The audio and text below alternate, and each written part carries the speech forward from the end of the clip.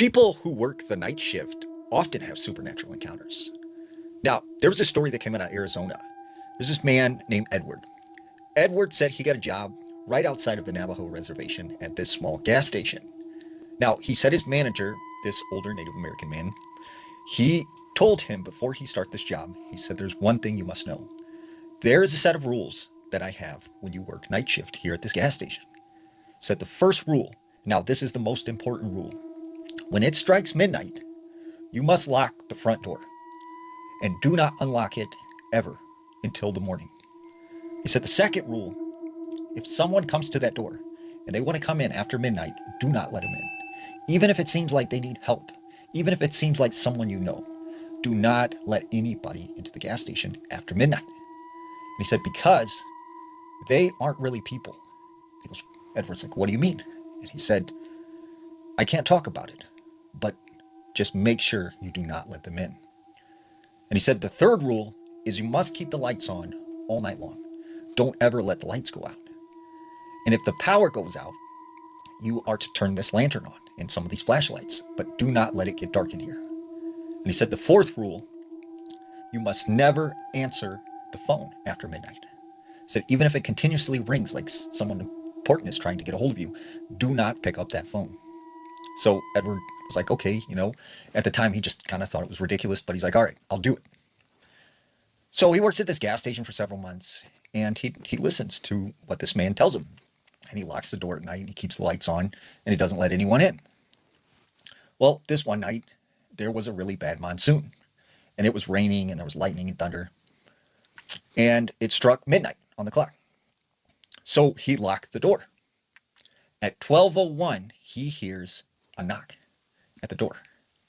And when he goes to the front door, and he looks out the glass, he sees this woman. She is completely soaked. She's muddy. Her eyes look very wide. She looks in distress and like something is wrong. And she goes, please, please let me in. You have to let me in. And she's, crying and screaming, banging on this window. And he's like, look, I'm sorry, we're closed. Like, I cannot let you in. And she goes, no, please, you don't understand. You have to let me in. And she, banging harder and harder. And he's like, I told you we're closed. Go away. He said, that's when this woman, at the time, you could see her from this light that was outside. It was shining on her. But when she stepped outside of this light, so that's when he noticed her face started to change. She didn't look human anymore. She looked like some kind of monster. And he said she just twisted her head to the side and she took off running. And instantly he got this feeling of dread, like something was wrong. Well, he said all night long, he could hear stuff yelling at him from outside, telling him to open the door. Some of these voices sounded like his family members, friends. And he said all night long, something was harassing him. Well, that freaked him out, but he really needed this job. So he was there for a couple more months.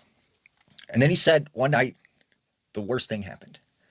They had a blackout and the power was completely gone. And he said it was completely dark in this gas station. Now he'd locked the doors and everything, but he remembered what that old man told him. Do not let it get dark in here. So he scrambles to find this lantern and he starts trying to get it lit.